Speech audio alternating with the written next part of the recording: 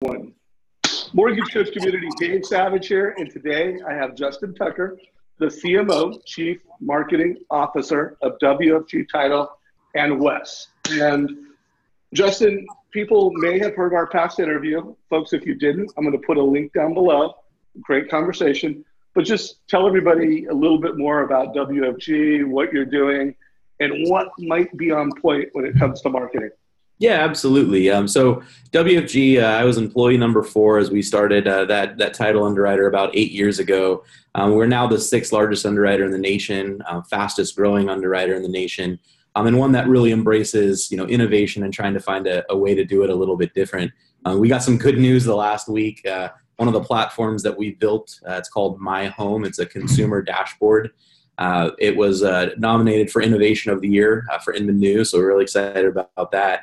And then my career kind of jumped over to West, which is our marketing and technology arm, where we service hundreds, if not thousands, of real estate agents, lenders, title agents, with strategies to build their business through different, marketing and tech initiatives and products and services and all that stuff. But at heart, just an absolute geek when it comes to marketing. You and I have talked archetypes and storytelling and all kinds of stuff. So just a marketing nerd at heart. Yeah, and that's what I want to talk about. So if you're watching this, you're part of the Mortgage Coach community. That means you're referral-based, by and large, local lender. And we do have more and more realtors coming into our community and watching it. And let's face it, we need to be better marketers. We need to be better storytellers. We need to build brand. And you posted something on Facebook the other day. By the way, folks, in addition to all that, his following Justin on Facebook is just entertainment. He's pretty clever. He's funny. He's authentic. There's value. But what was the post that you posted the other day? And I was like, hey, can you do a video interview? Yeah, I said, I think I said, content isn't king anymore, you are. And hashtagged it with personality and voice and authenticity. I mean, I can't escape this feeling right now as I sort through my news feed, as I'm getting bombarded by email marketing, that this kind of traditional view of content that we're just overly, we're just inundated with, piece after piece after piece, and I don't really know how valuable it is. And it just hit me kind of head over the head like a ton of bricks. Like, the content now is you. It's your voice. It's your personality. Those are the people that I follow. I started thinking about, what I do pay attention to. And he's been on your show a couple times, but I think about someone like Chris Smith, where because of his voice, because of his authenticity, his personality, when he opens his mouth, I listen, versus, any 3 tips to staging your home or the difference between a fixed rate and adjustable rate. And I can Google to find that type of content pretty easily, but getting someone to share their voice, their opinion, that authenticity, people are so generic these days. And I just really love it when I come across people who are not afraid to share who they are. Yeah, no, you're so right. I mean, I am going to debate a little bit about that concept that content, isn't there, because I think it depends on how you do it. But a couple things happened. You made that post. A couple days before that, I had interviewed Robert Stover. And by the way, I'm going to put a link to the interview that I'm referring down below. And he introduced this framework for creating content that he calls Star Chain Hook. Okay. And he actually took an email and he pulled it up.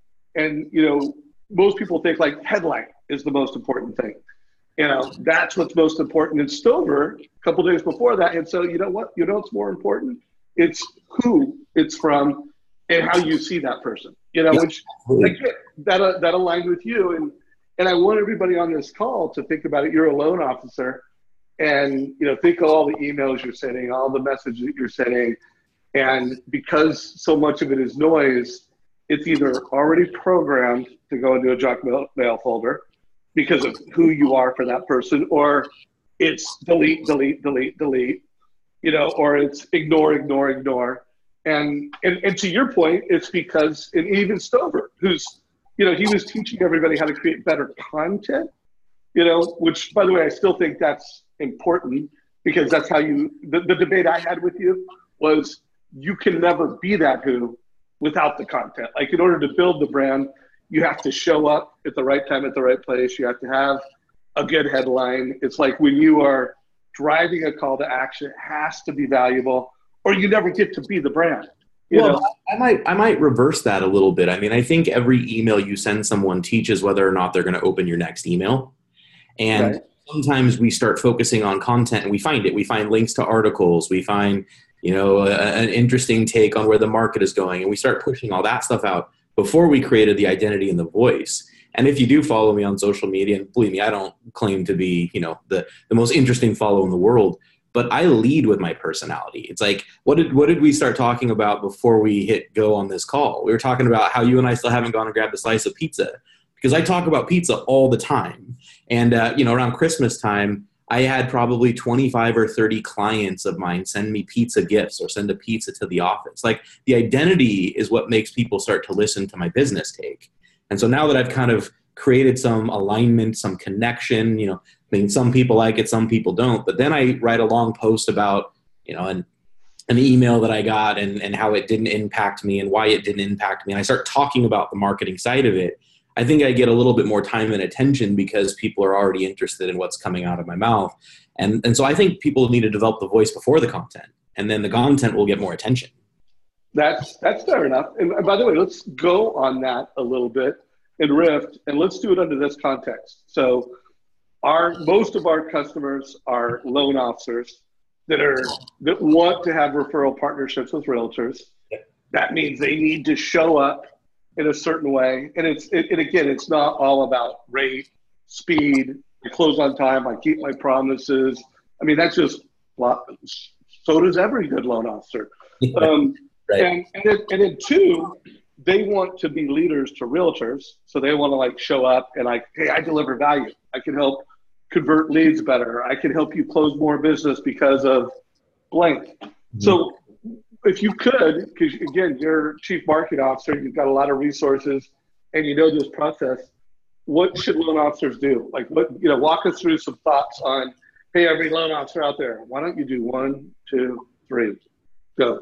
Absolutely. I mean, I think that first and foremost, this concept of personalization, we lose it when it gets to marketing. It's, how can I check it off my list, or how can I send out this blast and get to a bunch of people? And I think that you have to start getting back to really nuanced, personalized communication.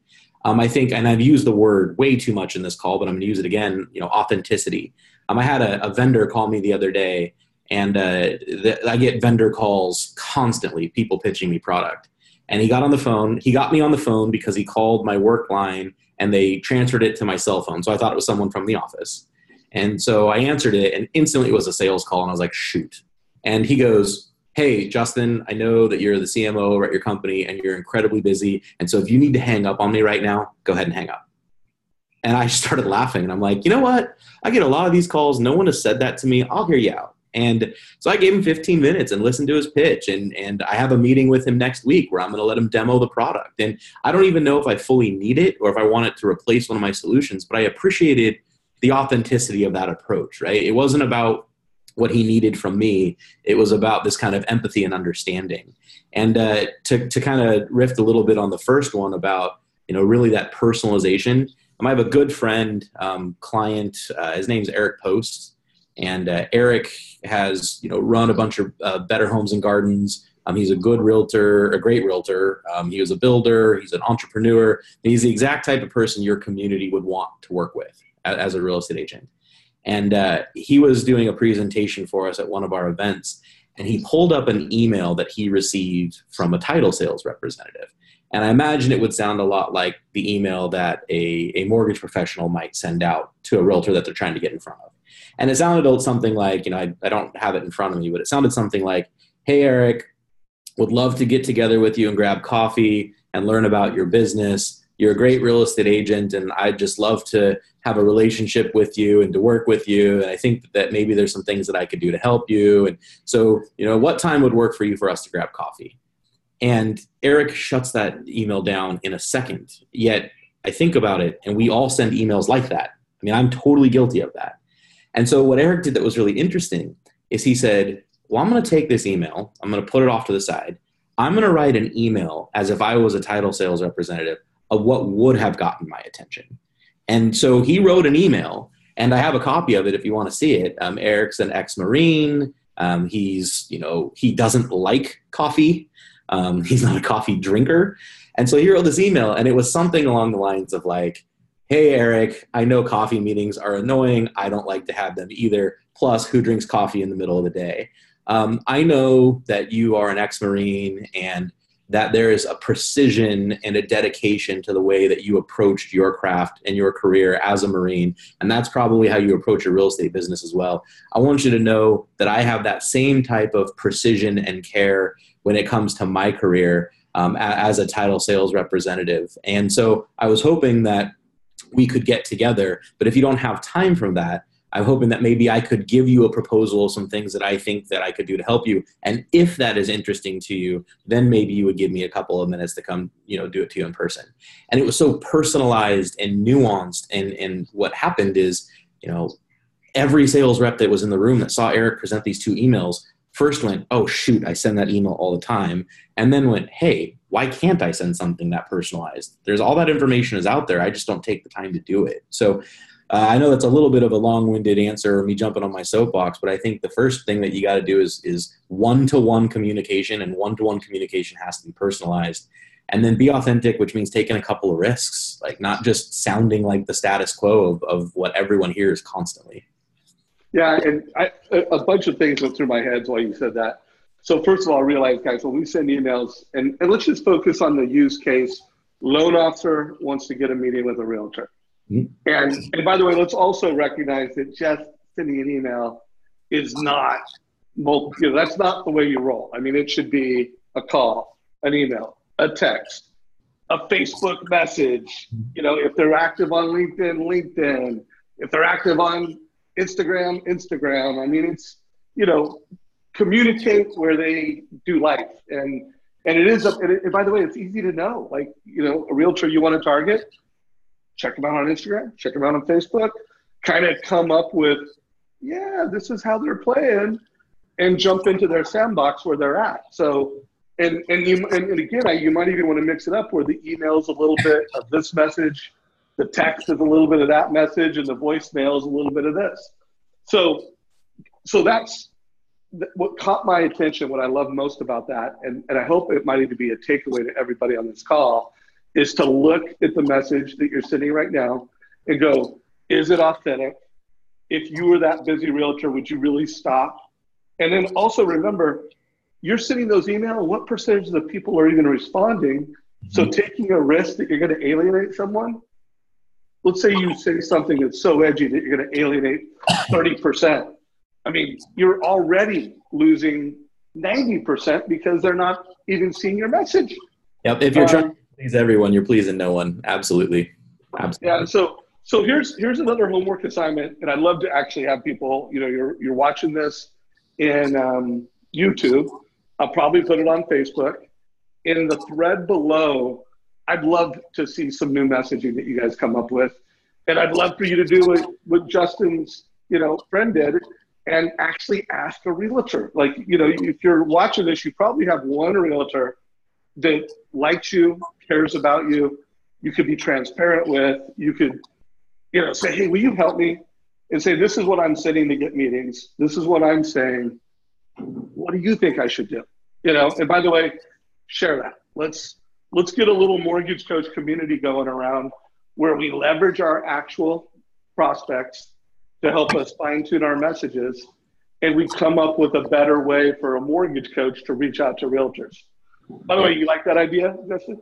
I love that idea. I absolutely love that. I mean, the ability for people to be creative and think, what could I say? What should I do that's outside of the box? I mean, I think I've said this on a call that we've done in the past, but we also can be our own filter and think about, what are the things that make us act? How do people reach us? What marketing messages make us look up and pay attention? And so it's kind of funny that we market to people in ways we don't like to be marketed to. We never answer those mass emails, but then we send out a bunch of mass emails. And so I guess if I were to give a third thing, a third answer to your question, it'd also be kind of getting back to some of those extreme experiences or grand gestures. I remember when I bought my first house, my real estate agent called me after it closed, and he said, "Hey, I'm headed out of town, but sometimes when people are moving out, they can bump the fridge and it gets unplugged, and I don't want you to end up getting mold or anything like that with the fridge. So could you swing by today and just make sure that didn't happen?" And I walked into the house and I was looking at that, and I opened up the fridge, and he had stacked the fridge top to bottom with my favorite beer. And it wasn't a 33 touch drip campaign. It was an authentic grand gesture. And I've told that story on stage in front of, thousands of people, and I tell it all the time. I'll reference, I feel like maybe I'm giving Eric a little bit of credit on this call, but I'll reference Eric again. He was telling me how he approaches expired listings, and that he got this $2.2 or $1.2 million expired listing, where right now a listing goes expired and every realtor is hammering that person with mail and phone calls. And he got on that person's Facebook, found him on Facebook, saw a picture of them drinking a bottle of wine that was their favorite bottle of wine, bought that bottle of wine, wrote a handwritten note, went and set it on their porch with his business card, and said, most decisions are best made with a glass of wine. I hope you enjoy this, and if there's anything that I can do to help you with your listing, let me know. Like, grand gesture. And I just don't know that we do enough of that. So by the way, bro, that was awesome. I don't know if you ever heard of this book? No, I haven't. It's called Blue Fishing with Steve Sims. Okay. So, by the way, I interviewed him about a month or two ago. I mean, this guy, well, I don't have to spend too much time, but let's just say he's hanging out with Branson, who's who. And like, if you wanted to get married and you wanted the Pope to do it, this is who you'd call. And by the way, he's done that. If you wanted Mario Bocelli to serenade, your fiance, you'd call him.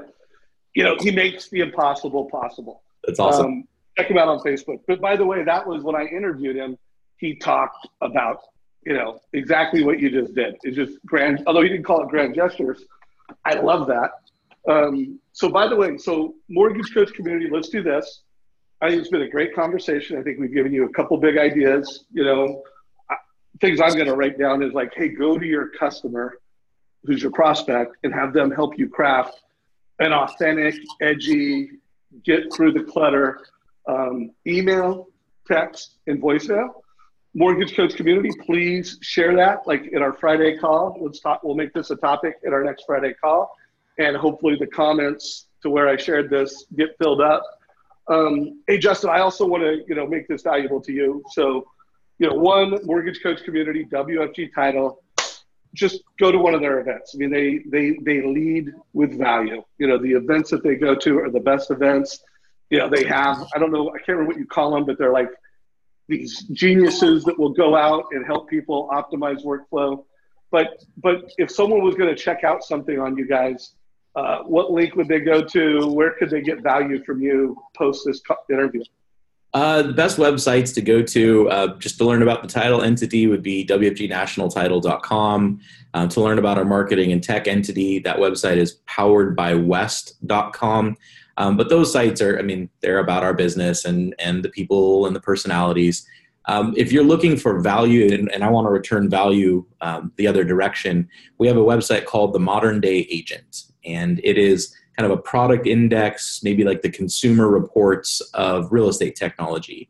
And so as a mortgage professional, if you're looking to see what kind of tools are available out there for real estate agents, which ones solve which problems, which ones are rated highly, and then to learn a little bit about them, it is a great resource to just kind of get a feel for all of the tech that's out there in the real estate space. Good. And the last thing we're going to close with, because the next Inman event is coming up. You are going to be there, hopefully, winning Innovator of the Year. Tell every mortgage professional why they should put that on their schedule and go to Inman Connect. It sounds really obvious, but it's something that we didn't really start embracing in our business until the last couple of years, which is that you should go pay attention to the things that are important to your prospective clients. And so now at all of our internal events, we bring mortgage professionals or real estate agents on stage and ask them, similar to the homework assignment you gave out, what's important to you, what matters. And there's no better conference in my mind to get a 360-degree view of what brokerages and real estate agents are paying attention to than Inman. And then you get the tech side of that as well. So you're going to get products, services, tech, issues, focus. I mean, it just really gives you a good idea of what real estate agents are paying attention to today. And then the ability to promote yourself as a continual learner, to go back into your market with maybe real estate agents who weren't able to attend, and be able to say, hey, I was at Inman. Do you want to know what's kind of going on? I'd love to share it with you. It creates a follow-up strategy as well to really elevate you as a continual learner and someone who's going to bring that back to your market to help the partners out. Love that. So, I mean, netting it out, you will be smarter and you will be able to bring value back to your agents. I went last year and will be going to this event. And, you know, I mean, I just, you know, I don't even know how many apps I downloaded. I don't know how many ideas I wrote down. And they were just like, now. I mean, there was, you know, I was actually kind of blown away. I mean, I knew it was a good event. I really went there because of who was going, and I wanted to, you know, connect with some leaders and influencers. But I was just shocked how great the content was, you know, I mean, and how well it's curated and executed. So I can't recommend it enough. Well, I think the most important question I have is, are we finally going to get together for some pizza when we're there in San Francisco? That's the most important question. We are having pizza together, brother. We will make that a priority. Perfect. So if you got value from this conversation, give us a like, share it with a mortgage friend, share it with a real estate friend. And thank you, my brother. I'm looking forward to our next interview, and hopefully we will have pizza together before we do this. Awesome. Thank you. Good to catch up. All right. Take it easy.